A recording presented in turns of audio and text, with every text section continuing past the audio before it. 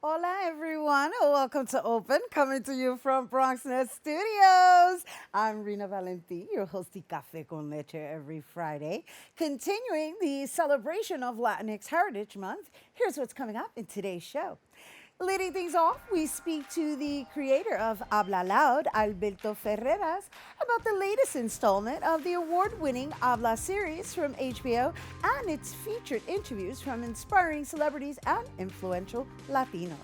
After that, we are joined by talent manager and Indigenous Peoples Day New York team organizer Janice Torres to discuss many events happening at this weekend's 8th annual Indigenous Peoples Day New York.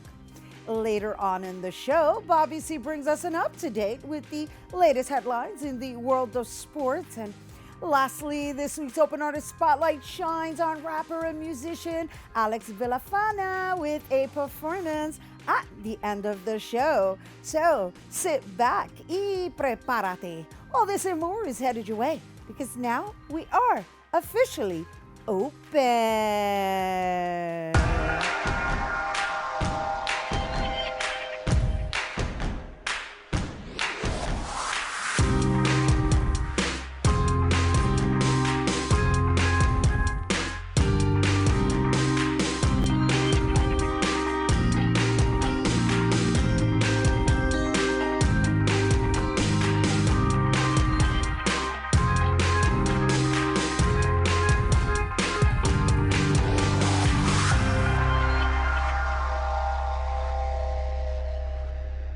Hello and welcome to Open. I'm Rhina Valentin, your hosty Café con Leche for the next hour, coming to you from BronxNet Studios, inviting you to get social with us online. That is, tweet us and follow us on Instagram at BronxNet TV or like us on Facebook at Open BronxNet Television. And of course, while you're there, don't forget, follow moi on Twitter, FB, Instagram, Insta Stories, and LinkedIn at Rhina Valentin. So, kicking off today's celebration of Latinx Heritage Month, we cover HBO Max's special coverage of Habla Loud, the latest installment of the award winning series Habla Series. The 1 hour special features notable Latinx actors, musicians, and influencers. And, well, they're going to help us understand the profound complexity of the Latino experience in the U.S. The Habla Loud series. Habla Loud premieres today, actually, October 7th on HBO Max. And, well, here to share more is creator and director of Habla Loud, Alberto Ferreras. Hello and welcome. Hi, Rina. How you doing? I'm good. It's so good to see you. So good to see you. Super happy. Yeah, well, congratulations on another edition of the Habla series. I know we're still going after all these years. We started back in 2003. Who knew that we would stick around so long? We might be, I think we actually are, one of the longest running documentary series on HBO. Surprise. That's something to celebrate, and it's something certainly to for us to acknowledge. Now, can we really quickly go through the different Habla names because they all have different names, and I know people can actually watch them now because they're on HBO streaming services. Yeah. Well, Habla, we started back in 2003, and Habla was originally a just an image campaign. The thing is that, yeah, I don't need to probably explain this to you or anyone in our audience, but there was not a lot of Latino voices on the media, especially back then, because this is before social media and all these things. And and we at the time I was working for HBO full time in creative services, and we had a network, a channel called HBO Latino, and we had a lot of shows in Spanish, but that didn't mean that we had a U.S. Hispanic presence on the network. Right. And I thought that that was very important because that was our audience. And for me, especially speaking Spanish, people were afraid of speaking Spanglish. We were not having conversations about bilingualism and biculturalism and feelings of identity and how different it was to be a Latino, like a Chicano from like Acubiche, as we call it. Maybe that's a little derogative. Pero the experience of the Cuban from Miami and the Chicano from Los Angeles, New Mexico, Arizona, was completely different. Different, right? And I thought that those were conversations that we needed to have. And And that's how Habla began. Uh, we have done Habla with celebrities and with regular people throughout the years. And we have Habla Men, Habla Women, Habla Texas, Habla, we've done Habla Más was in Chicago, Habla Ya was in New York. So every show has a combination of as many voices as we can fit, talking about the issues that Latinos in the U.S. face, which are very different from the issues that Latinos in Latin America may have to deal with, and precisely that's what was absent in U.S. Media, right. our voices. Well, we're working on shifting that, right? Because it's still somewhat absent, So congratulations to you on having longevity with this project, right? And so this particular rendition, is there anything in particular that you were really trying to get across in your messaging? Well, there was a couple of things. I think the main goal, my approach was asking everyone, our 14 guests, for a turning point in their lives. A That turning that was point? it. Please think about a moment that really turned your life around. And for people like Residente, it was listening to Ruben Blades for the first time. For people like Bianca Marroquin was, you know, getting like a 2 week stunt playing Roxy on Broadway, and then turning that into 21 years on Broadway, leading one of the longest running Broadway musicals, and people not knowing that she was Mexican all along. Right.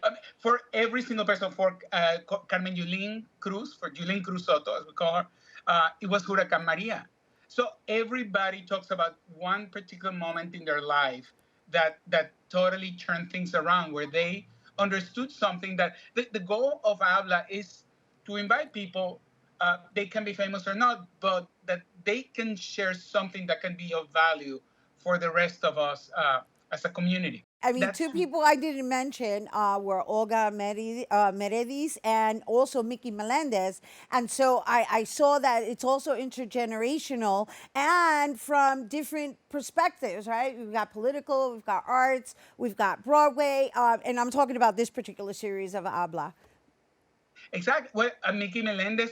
For those of you who don't know, shame on you. Right, right, Mickey right, is one right. of I the mean, he's co-founders of the Young Lords Lords, Party the in New New York York City, chapter. Yep. and it's an inspiration because what the things that a lot of young people don't know this, and a lot of old people don't know this, and period, a lot of people don't know much about the Young Lords or anything about how the actions of this youth um, group in the 60s and 70s actually had a national impact in the United States, on how schools serve breakfasts, and the Patient Bill of Rights. I mean, these are things that we need to know about because we have to be proud about, and we have to learn from them, so we make sure that we continue with this legacy, not just what they did, but to advance our community in the way that they did it. Absolutely, and it's amazing, right? Because we're getting it from the horse's mouth. It's not like you have to go and read it in a book. It's there. It's being told from the actual person who created this chapter. Well, right? And you know something that Habla has that it was that was my favorite thing, and that was the reason why I felt so strongly about this project. That people are talking to you, they're looking at the camera, so you really, when you're done watching an Habla episode, you feel like you had 14 great conversations with people who have something in common with you, and they we try to have conversations that are eye opening, Right. that make you think, that make you realize maybe that you've never talked about this, but it was an issue for you. Um, we want people to share solutions. Um, And so, we want people to really transform society. right. And so, what would you say is the common thread that seeps through everybody's stories?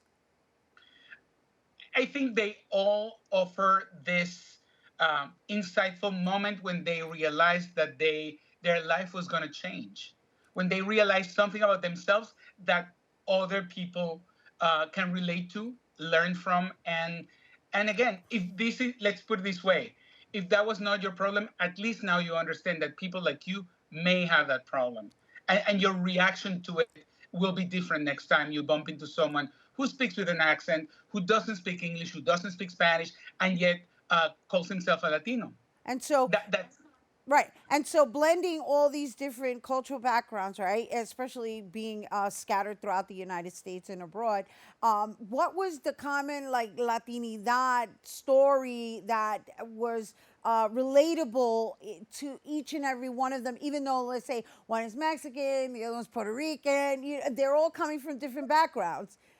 Well, I think in this particular episode, it has a lot to do with exceeding expectations.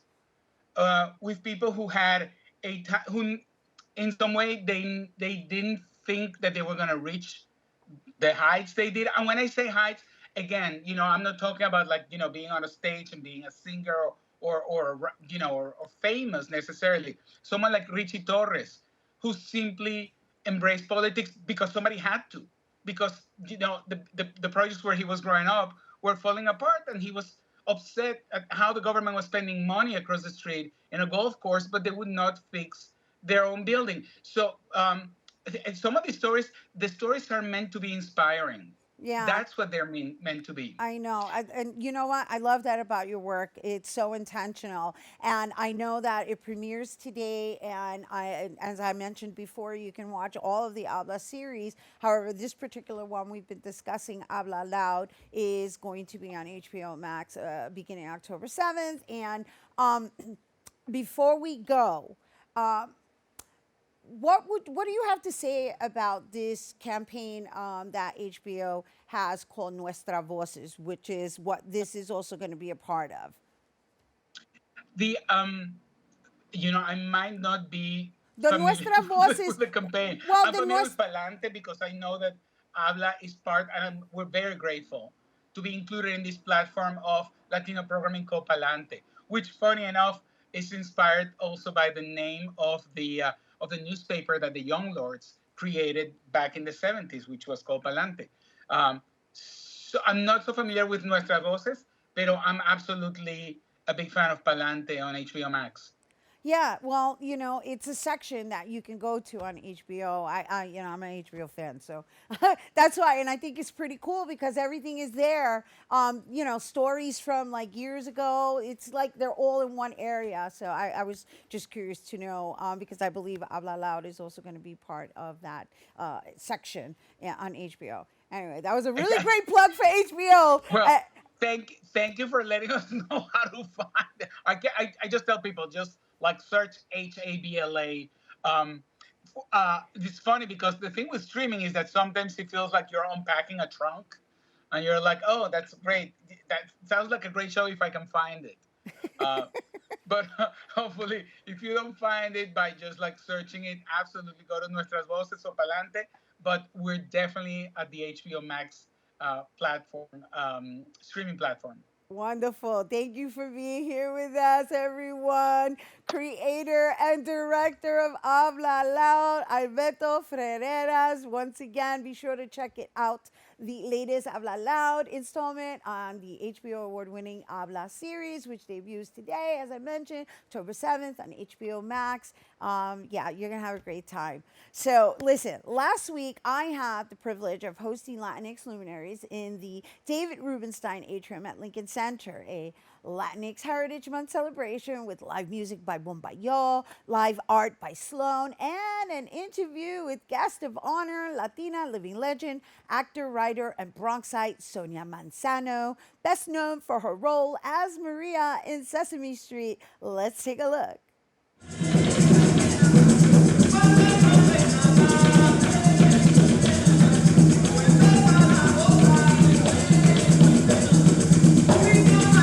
It was really nice to see this type of events in our community, which represent us, our culture. We are Latinas, so it almost felt like home.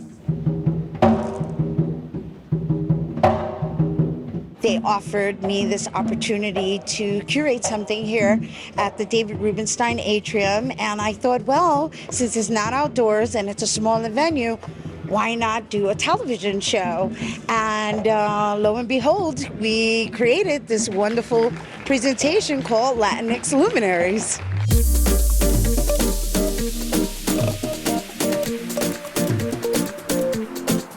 Sonia, who has been so vital in visibility within mainstream media, just be able to talk about her upbringing, but also talk about what inspires her and how important her culture was in making her who she was and her identity. When I was growing up, you never saw a person of color on television. If you saw one, you'd scream when I first got on television.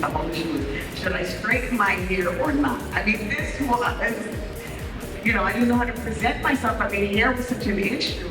She is going to live on for generations to come based on her intentions, right? And the way she writes, it's as if though she is making sure that our urban Puerto Rican history goes on record for years to come.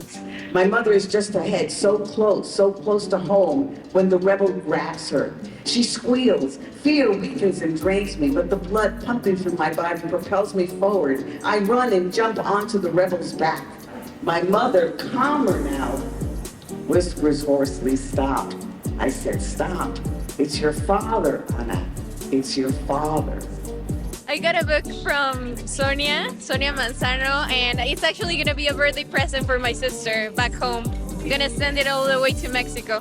The book was bought for my niece and nephew. They're 8 and 9, and I just want them to also get a piece of how important visibility is, and to see themselves in books and media and the stories of how people became who they are.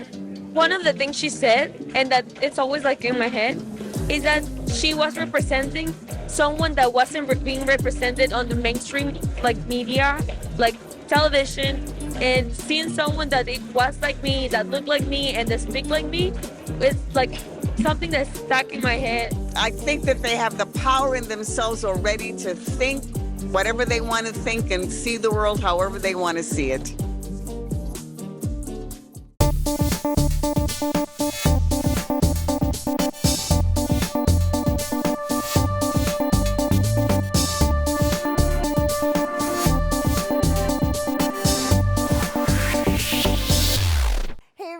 Welcome back. So this weekend marks the 8th annual Indigenous Peoples Day New York, a celebration of resilience, futurism, and cultural diversity of First Peoples, with participation from nations around the globe. The program includes musical performances, spoken word artists, dancers, and talks by decorated change makers, with food, artisan works, merchant shops, and inclusive prayer ceremonies. And it just sounds like it's going to be a really spiritual experience. So here to share more about Indigenous Peoples Day's New York team, organizer and talent manager, Janice Torres. Hello and welcome. Thank you so much for having me. We love your show here. You are a real one. And I'm born in Brooklyn, but the Bronx is my second home. So hello, the Bronx. Woo, thank you. Thank you for showing us some love. And thank you for the work that you continue to do. I've been following your career for a while now. So I'm really excited that we can finally get you on air. This particular project, I've watched it blossom, and now it's turned into a 2-day event, right? And so let's talk about, I mean, there's so much to talk about, but I really want to talk about how it's grown and what a big deal it's going to be this year. I mean, you've got a lot of talent, a lot of speakers, a lot of performances. It just sounds like a 2-day extravaganza. Yeah. So we're going to start with come to Randall's Island. Randall's Island, first of all, for New Yorkers, is this kind of hidden wonderland of nature. I myself, I hadn't been to Randall's Island up until 2019, when I started working on the planning committee with Indigenous Peoples Day New York. And you're surrounded by nature. You're on the edge of the Harlem River. It is beautiful. It's been there for thousands of years, and it's in our background. Often people think it's all about Central Park and only about Central Park, which we love, but there's so many places in New York City that just get forgotten, and Randall's Island is just a magical place. So we'll start why that is the setting for Indigenous Peoples Day New York. It's large enough and it's beautiful. And there, year after year, now in our 8th, we have thousands of people coming over to Randall's Island from all over the country, from as far as Hawaii, of course, the Caribbean, all of nations from across the east, the west, the south. And then we also have people representing from the Philippines, from Ukraine, from parts of Africa. I mean, when we say indigenous people, we mean people from around the world. There for one cause, to celebrate humanity and to celebrate protecting nature and protecting each other. And it's just in a beautiful setting. It's not this political thing that you feel uncomfortable about not going. It's so inclusive. It's so beautiful. You have faces and ages from all over the place. And it's just like when you get there, you feel like family, Right. It's very welcoming. And you know what? I got that. Yeah, just looking at the videos and the images and even the way the people are chosen, right? And the fact that there is this celebration of everybody coming together and representing different nations, and also there's the relearning of our origins, right? Ancestry. So just walk us through, I guess, the first day and what people can expect to walk into when they arrive Randall's Island. So let's start by packing your bag. So when you come to us, whether you just come with a purse or you decide to come with your carriage that has your chair, your snacks if you want, there is food. We're starting Saturday at 11 o'clock. That's when the program starts. Some people get there a little bit earlier so they can get a nice spot in the circle, and it's huge. So there's plenty of space for everyone. Some people bring a tent so they can kind of camp through the day and just have a little station for their family and their pets. We see dogs there all the time, so they are welcome. There's food. And if you haven't been to a powwow or native gathering, your taste buds are going to be in for it, because there's fry bread. It's kind of this delicious thing that people kind of compare to a taco. It's bread with, meat. I mean, there's food, vegan food, meat, all types of food, and of course the craft. So you can come packing for the full day. New York City weather could be sunny, it could be chilly, but come. So when you say pack for the full day, are you referring to like when the bridge closes, right? Because for those who are not driving to Randall's Island, you can go over that bridge on 102nd Street, I think it is, and at some point that bridge elevates. So what is the time that it ends on Saturday? In the late afternoon, going into the early evening. So just basically when sundown stops. When the sundown starts, that's when the programming winds down. But we always have performers coming in last minute. So just continue to go on our page, Indigenous Peoples Day New York page on social media and on the website to see our programming, because we always get people flying in from all over the world. So by sundown, it tapers off. All right, so that's Saturday. And then Sunday, I believe you do a sunrise ritual, right? Yeah. So what time does that start? Yeah, so Sunday morning at sunrise. So plan to be there. You know what time sunrise is. You can look on your phone, the app, to check that out. Get there early, and by the river we have water protectors and nations, and just everybody who's anybody, just there, giving thanks to the water. I mean, our bodies are made of water, right? Our earth is covered in water, and it needs our prayer. And without that water, Randall's Island wouldn't be here. We wouldn't be here. So it's so important for us to gather. And that's one of the highlights of our event. It starts early, but I definitely recommend it. In our years past, we've had people from Standing Rock there. Nice. You're rubbing shoulders with national treasures of environmental justice. Nice. So it's a beautiful space. So come early in the morning, and then throughout the day, again, food, concerts, dances. And then it's another full day, right, on Sunday? And it's another full day, same thing. And by the time the sun starts going down, that's when it ends, and you can go home. So that Monday is a powerful day. So the whole thing sounds amazing, but in addition to all of the rituals that we're discussing and the circles and just everybody coming together, which sounds so lovely, there's also speakers and entertainers. Are they curated to just share a particular message? Yeah, well, you have to have a connection to being indigenous. Some people call it Native American, some people call it American Indian, First Peoples, and here in America, North America, it's called Turtle Island. So you just have to have a connection to that. And yes, the list is curated to people that have the connection and also have a message for people through this environment. We have people like Immortal Tech. And if some people know the story of Lin-Manuel Miranda, that was kind of like his little rival back in their day, and when they were young folks, rapping in New York City. So we have guys like that. And as far as indigenous goes, you have people that are from Peru, from Ecuador. Like I said, the Aztecs are going to be representing, I mean, people from all over the world. So yeah, so you're going to see that on our stage. And so I also understand that there are going to be some competitions, right? So this is really like an event, not just to come and show or come for entertainment. It's more of like inclusivity. It's more of like, learn something about possibly your origins, and also like the culture and the actual, I guess, language. There's so much involved in what I've read that it really sounds like something nobody should miss. No, yeah, you can't miss it. It's just glorious. And like to even think about our history, Randall's Island is on Lenape land. If you ask any New Yorker how to get somewhere, get to the Bronx from Coney Island, they'll tell you how to get there, what train, what neighborhoods. New York City people, we got to cover when it comes to directions and knowing our own land in a modern form that it is, the MTA language. But I would say the average New Yorker may not be able to say this is Lenape land.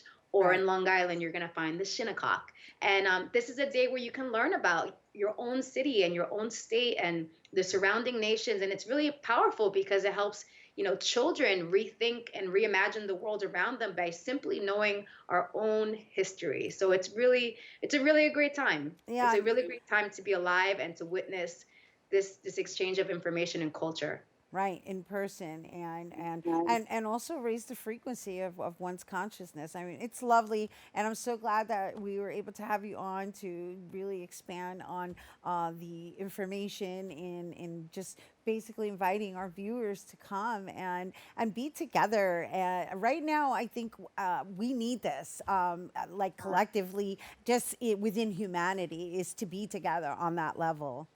Yes, yes. New York City just had Climate Week recently in September, and you can't think about climate without thinking about the people, right? And when you think about Indigenous people, Native Americans, we're us as a people, we consider ourselves the protectors of this land, right? So spending the day with us kind of resets our mindset of just saying, you know what, we love this planet Earth, and we love America, and we love, whatever you call it, this is our land, and we do have to protect it and take care of each other. So that's the message. So make sure you guys come and check it out. Awesome. That well said. Janice Torres, everyone. This land is our land. This land is your land, right? This land was made for you and me.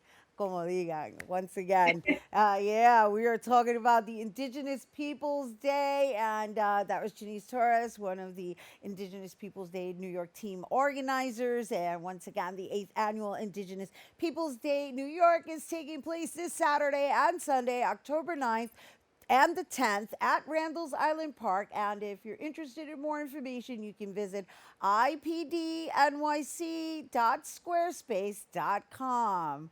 All right, we have to take a quick break, but stay tuned because Bobby C's weekly sports roundup is coming up next.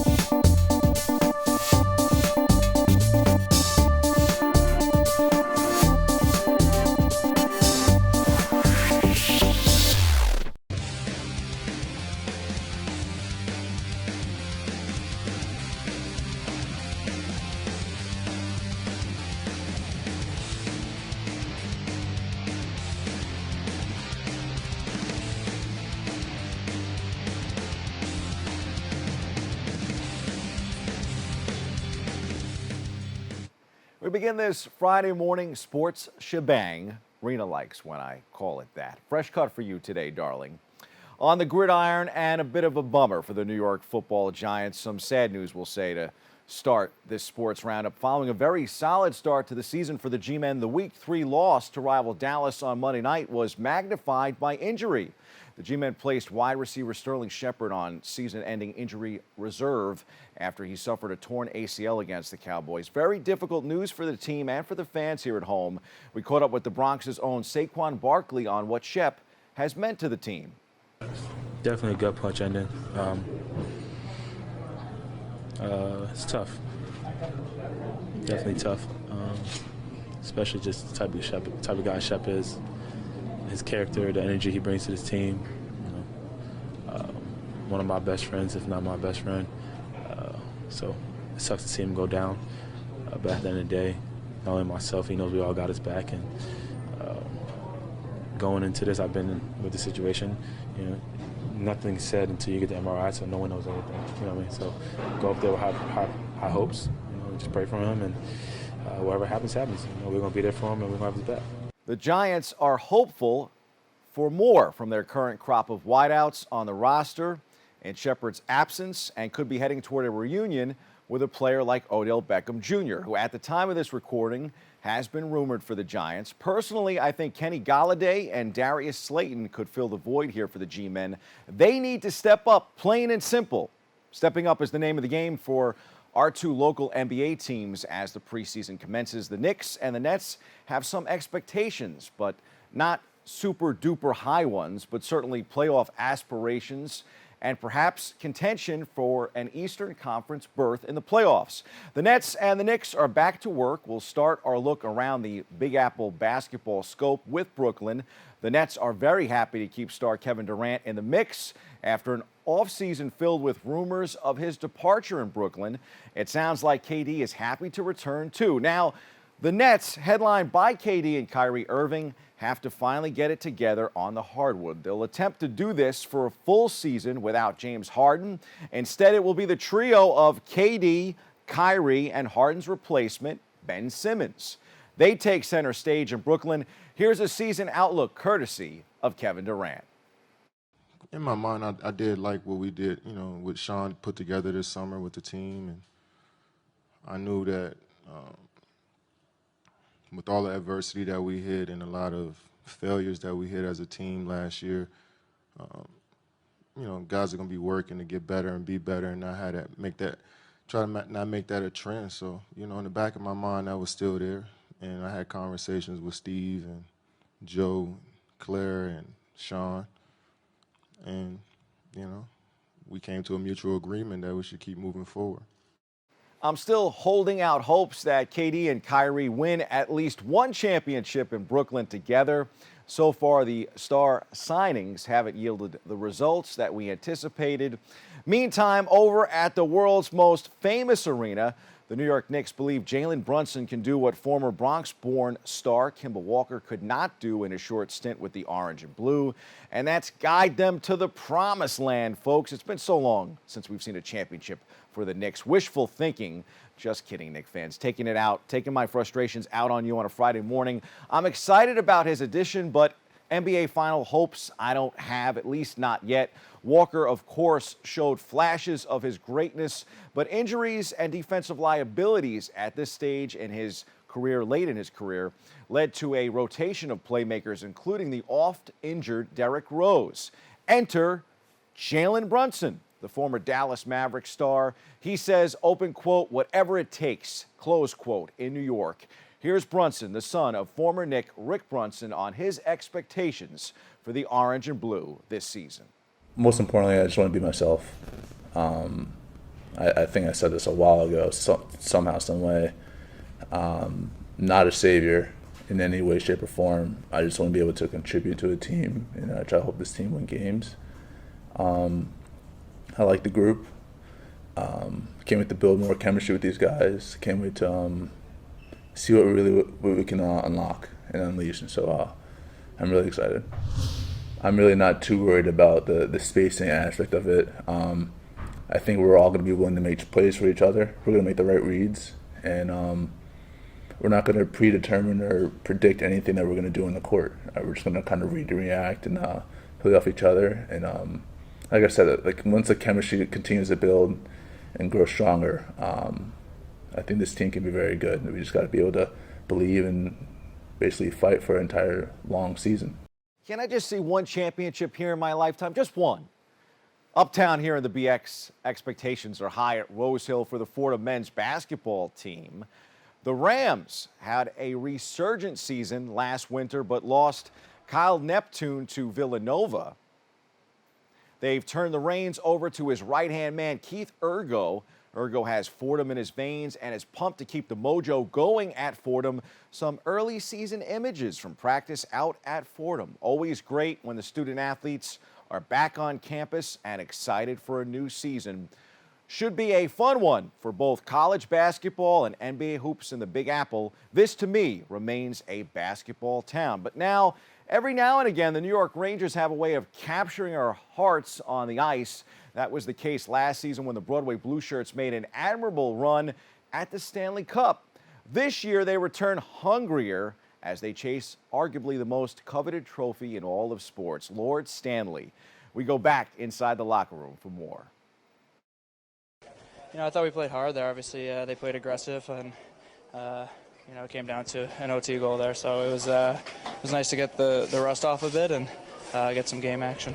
Yeah, I don't think anyone in practice, even as much as you want, it was going to go hard through your own teammate or anything like that. But you play another team, and you get that intensity, and it was good to get that, and nice to get a game in here.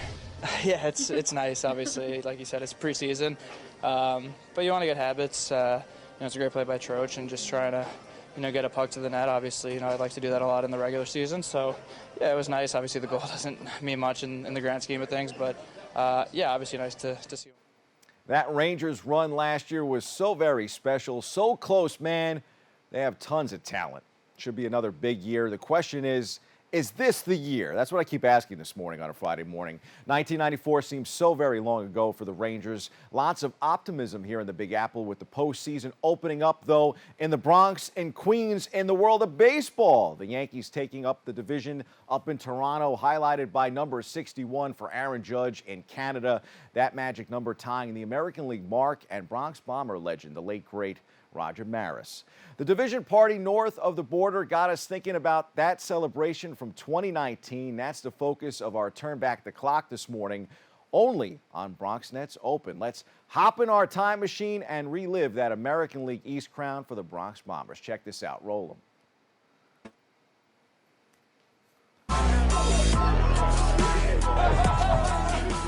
Well, you got a team full of savages, so when you got a team full of guys that, come ready to play every single day, are hungry and excited to be here, it makes for a great environment. When you got a good environment like this and, playing in front of these fans, day in and day out, they have our back. It's been one heck of a season. How much does the team itself really feel that there's really something special about this squad?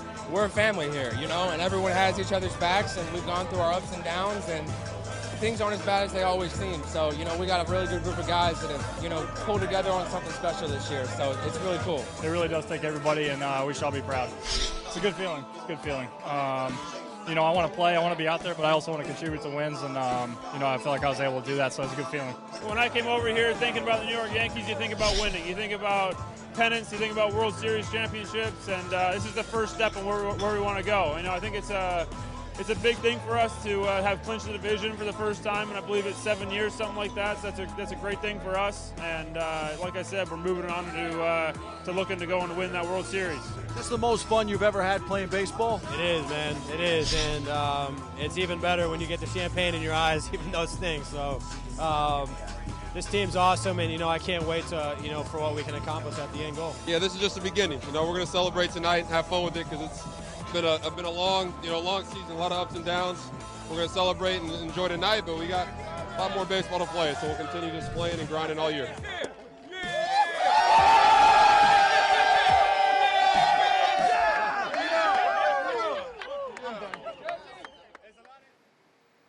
So many cool moments captured by our BronxNet lenses. I'm hoping for a World Series title this year. to the C-list for another smashing local story.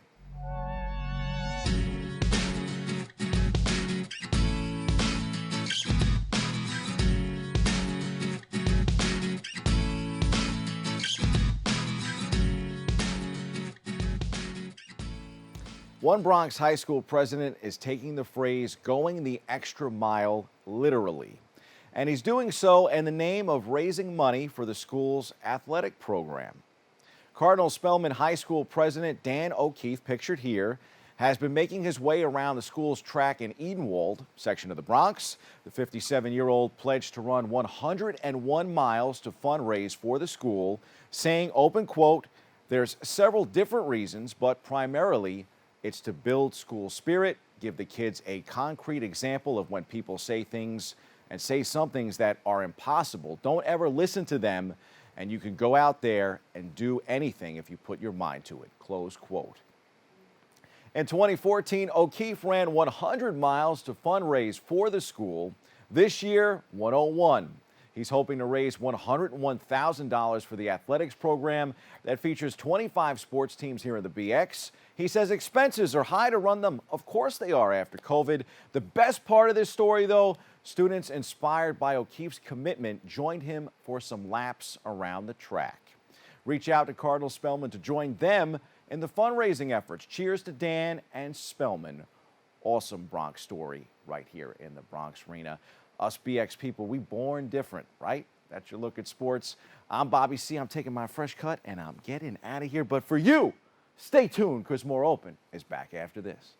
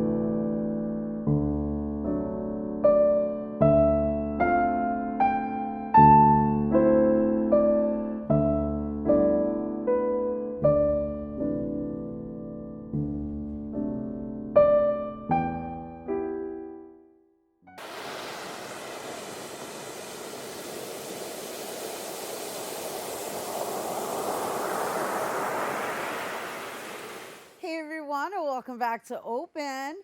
Our next guest is a Bronx native whose mission is to give audiences his perspective through words and sound. Growing up in the Bronx wasn't easy for him, but he believes everybody has an important story to tell.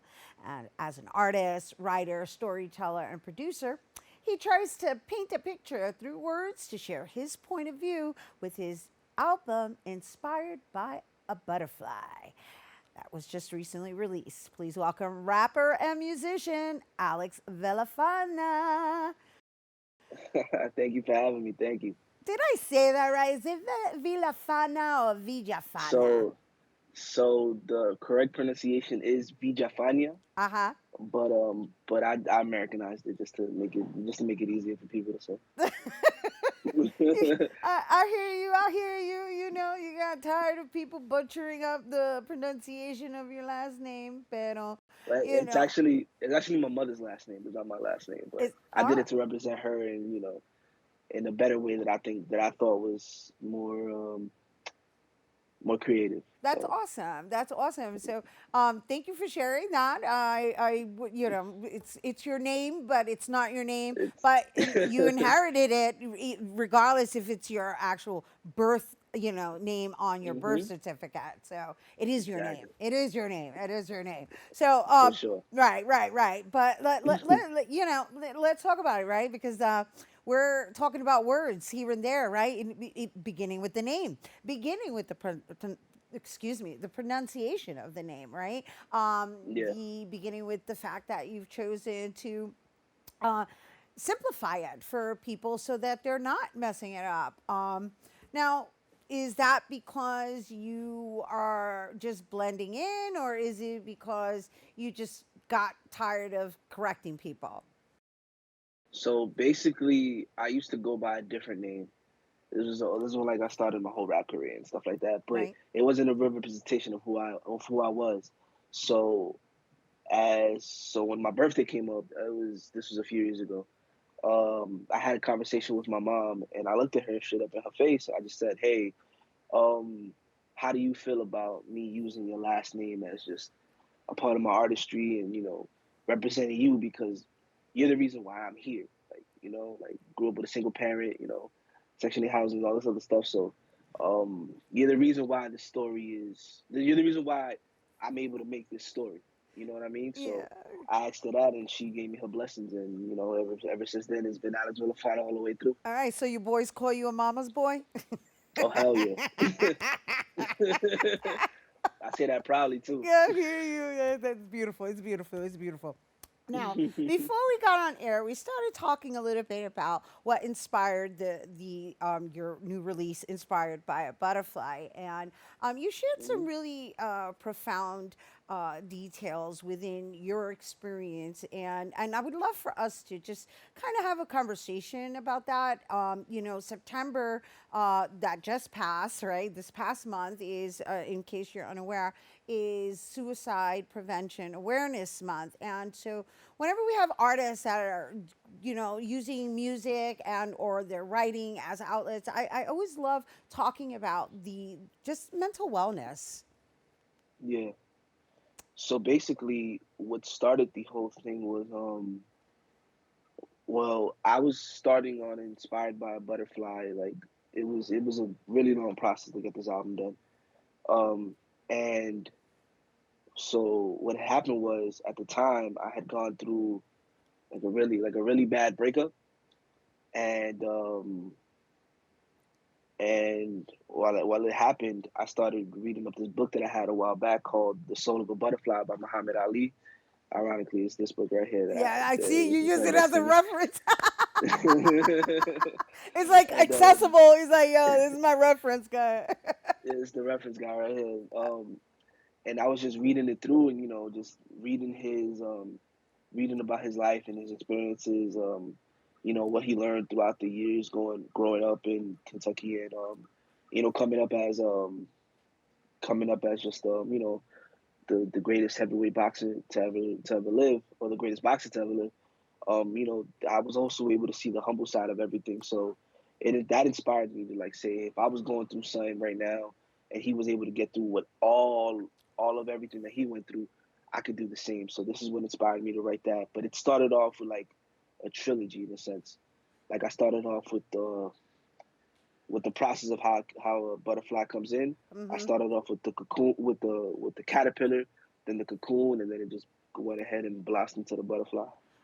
Well, I want to just clarify for our viewers, I wasn't implying anything related to suicide. I just am Hmm. really adamant about us having these conversations about mental wellness. And since you mentioned the breakup and the depression, I think the more we have these conversations, the more we normalize, recognizing that we're all in this together, and Hmm. that's how beautiful art is made. Hence, referencing the Inspired by a Butterfly, right? Because you had to go to a bit of a dark place in order to get into that chrysalis and then blossom, And then blossom, yeah. right, and transform, Hmm. right? Yeah, it was a process. It was a really long process, but thankfully, through art and through just a great support team, and um, just I want to say perseverance, and if I could say this, I was probably a little bit selfish as well for my own for me, just because in my mind I knew there was something greater for me. So I in my mind I'm like, nah, I can't let this backtrack me anymore. Right. So But you know what I appreciate about the conversation we've been having is like, I'm keeping it real. I was really distraught over a breakup, to the point that I got depressed, to the point that I had to figure out how to get out of that. And you found this book, and from that book you were able to now craft yourself and recreate and find your own therapy, right, through your writing, and now you're sharing that with the world. It's a beautiful story. yeah, yeah, it's just through writing and through just just wanting to be a better person and be a better artist in any way. That's what fueled me to through all of that, get out all of that. I mean, it isn't easy. Yeah. Depression is never like it hits different for everybody. Mm-hmm. And I always tell people, you have to see that there's something beautiful that could come out through all of that. But there's always people here that want you around. Depression, it gets to everybody, but there's always a light there, even in those dark times that you're able to see your way through and maneuver your way through all of that. Well, it seems like you found your way through music, and it looks like you're in a studio. I mean, is that where you're at? It looks like you're in a sound studio. I see a lot of padding back there. Oh, nah, this is all homemade right here. Well, that's your homemade studio. Yeah, this is the home studio right here. I'm actually in my room. I have a little setup right here in the closet, and just equipment. And, yeah, I have equipment, all the wires and stuff all over the place. Well, you cut costs, and you were able to produce. And at the end of the day, this is what the pandemic did. It kind of forced everybody to be creative, even from a technical perspective, right? So, it's all good.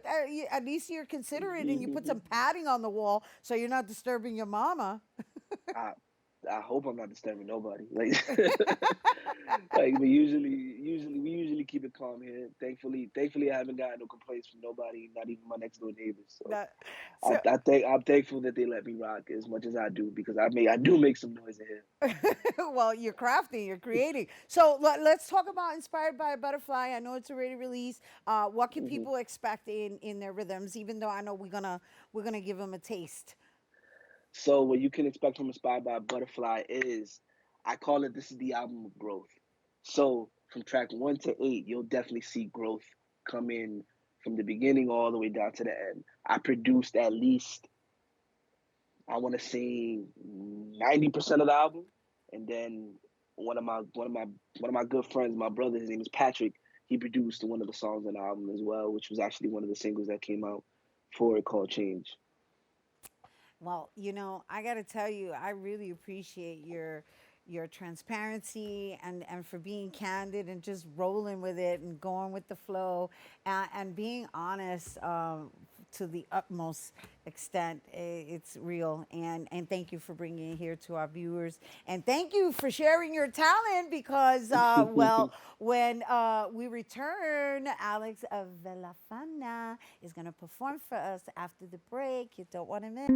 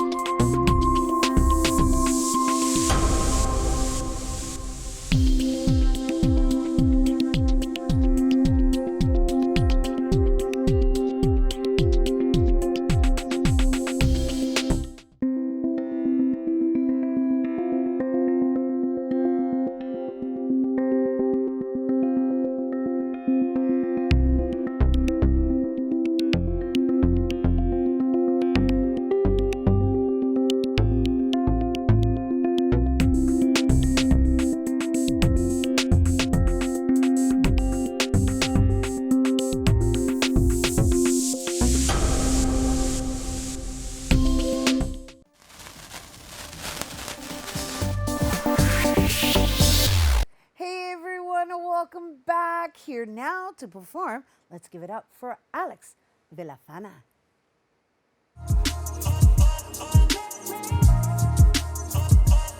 I can't change though, I won't change no, but I can't change though.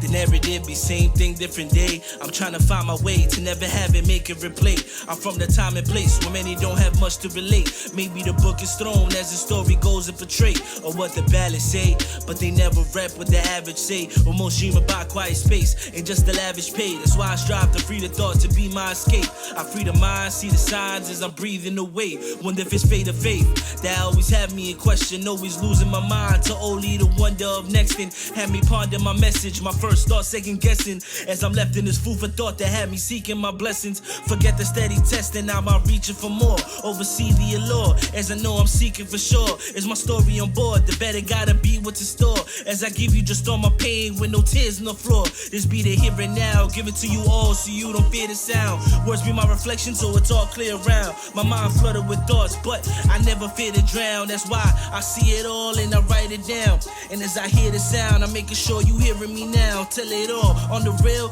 with no fear of me now. As the world spins me around and I see where I'm bound, with my heart on my sleeve, as you know I'm bearing it down. Yeah. Hey, hey, hey. Cause I can't change though, I won't change no. But I can't change though, I won't change no. Yeah. Hey, hey, hey.